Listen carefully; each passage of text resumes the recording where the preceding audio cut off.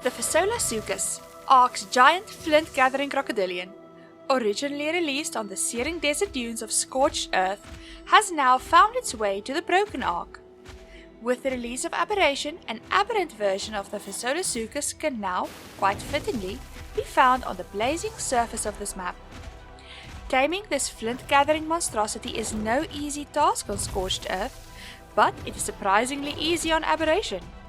Considering the surface where the Fasolasuchus spawns is one of the most dangerous biomes in ARK, this comes as quite a surprise. But the proof is in the pudding, so let me show you how to get one of your own. The Fasola doesn't have a minimum survival level to initiate the tame. However, to ride your Fasolasuchus, you will need to craft a saddle, which can be unlocked at level 70 for 40 engram points.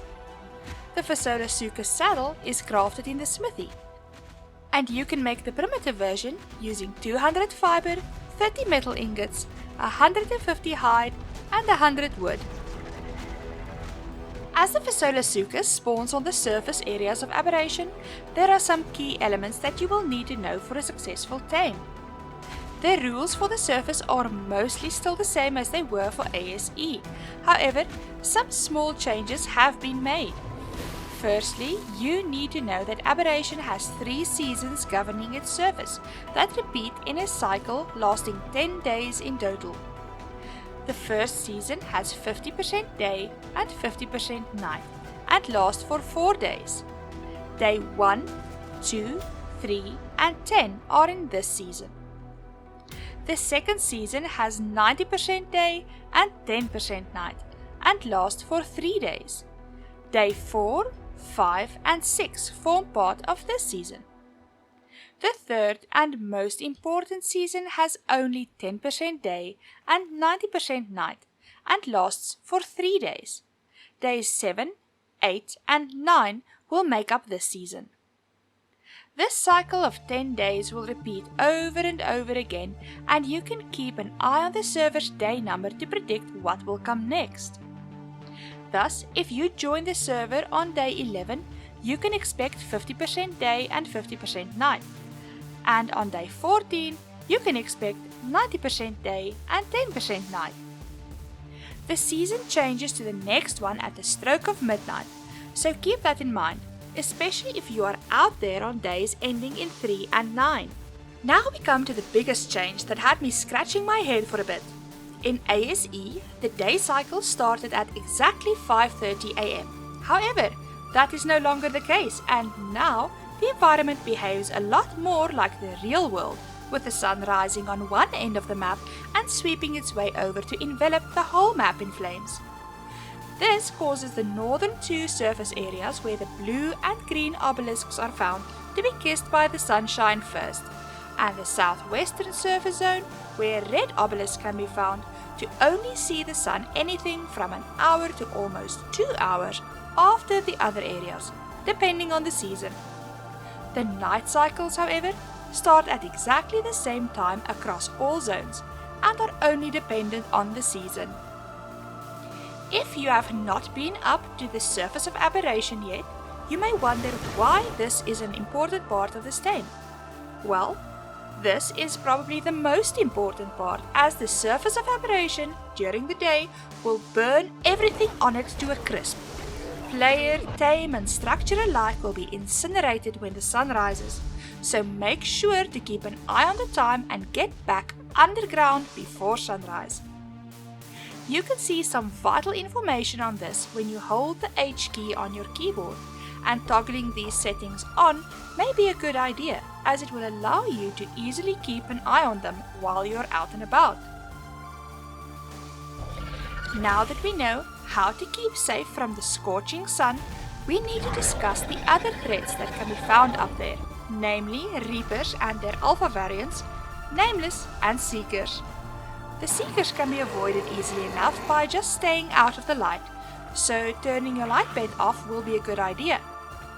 You can map your clap emote to one of the square brackets to easily turn your light bed on and off on the go, as we will need the light if any Nameless or Reapers do attack us. The ideal situation would be to avoid the Reapers and Nameless altogether. Luckily, at least at the moment, that is absolutely possible, as it seems like these creatures still cling to their ARK evolved memories, making them only come out during the old day and night cycle of 5:30 PM to 5:30 AM. This leaves us with a few time brackets where the surface is both safe from the sun as well as mostly safe from nasties, making drop hunting, resource farming and taming possible. You can tame a Fasolasuchus in the 50% day and night season. I would not recommend taming in the 10% day, 90% night season, as the danger of becoming biltong dust is just too high. However, the best season will by far be the 90% day, 10% night season on days 7, 8 and 9. The entrances to the 3 surface zones are all accessible from the fertile green zone and can be found at the following locations. For the blue obelisk area in the northwest, head to 19.7 latitude, 27.9 longitude. Bring your hazard suit or stock up on agaric mushrooms to protect yourself against the spores at the entrance to this cave. Once you reach the surface, the hazmat suit is no longer needed, but remember to put it back on or eat some mushrooms on your way out again. You will need a method to get up the steep cliffs to reach the surface, so a rock drake is the advisable mount for any surface trips, regardless of the entrance used. But climbing peaks, zip lines, a yeeling, or even a cosmo can all be options. This area is quite small, but it's not too difficult to get to or navigate out of, as it only has one entrance. Just watch out for the nameless that spawn from the green crystals inwards. The green obelisk surface area in the northeast can be accessed from the river valley area and is found at about 26.9 latitude, 63.6 longitude. Watch out for the red mushrooms at the entrance, as they will release toxic spores if you trigger them. Once you are up on the surface, you will be met with a large surface area and again may face some confusion with navigation.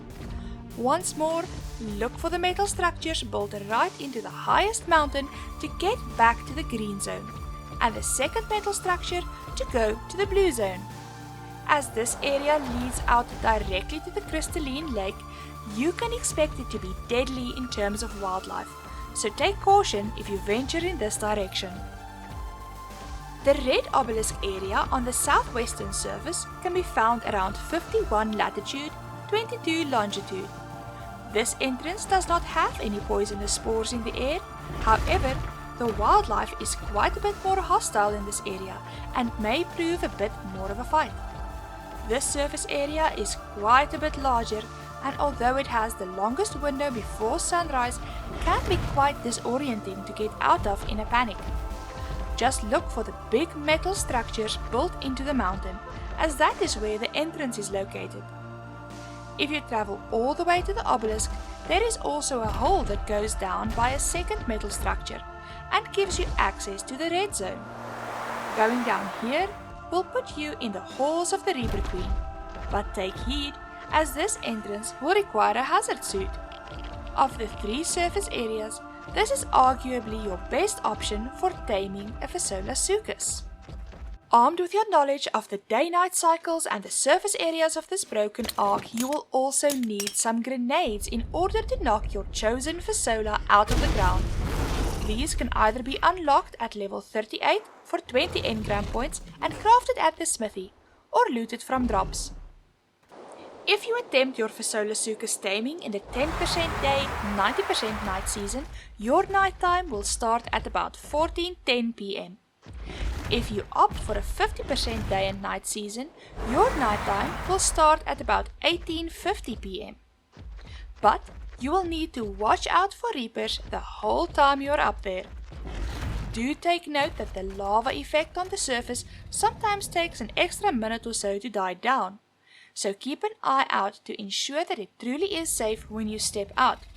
You may need to relog if it does not disappear. Since the reapers only come out at 5:30 PM, we now have a window of almost 3 hours in the 90% night season to find and knock out our Fasolasuchus. As the night in this season in the southern area only ends at around 11:20, we have a second window after 5:30 am of nearly 6 hours. You can even use the first time bracket to find your Fasolasuchus and the second one to knock it out. Keep an ear out for the little musical jingle that will usually alert you of morning and night. On Aberration, this chime only serves to alert you when the reapers are active or asleep. When you are up on the surface, make sure that you turn off your light bed so that you don't attract any seekers. And keep an eye out for any reapers that are standing about or visible.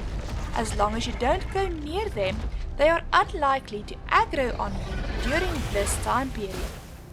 When you find your Fasolasuchus, leave your tame out of the way and approach the dirt mound. If your Fasola is not buried, just follow it around for a few minutes and it should rebury itself. Once you are close to the dirt mound, throw a grenade. Upon exploding, it should knock your Fasolasuchus right out of the ground, causing stars to swirl around its head for a few seconds to indicate that it's temporarily dazed. Now is your chance to hop onto its back and start steering it towards the closest resource rocks. Be careful not to fall off any ledges and try not to bump into the cliff walls around you, and you will quickly see the Fasola's torpor rise.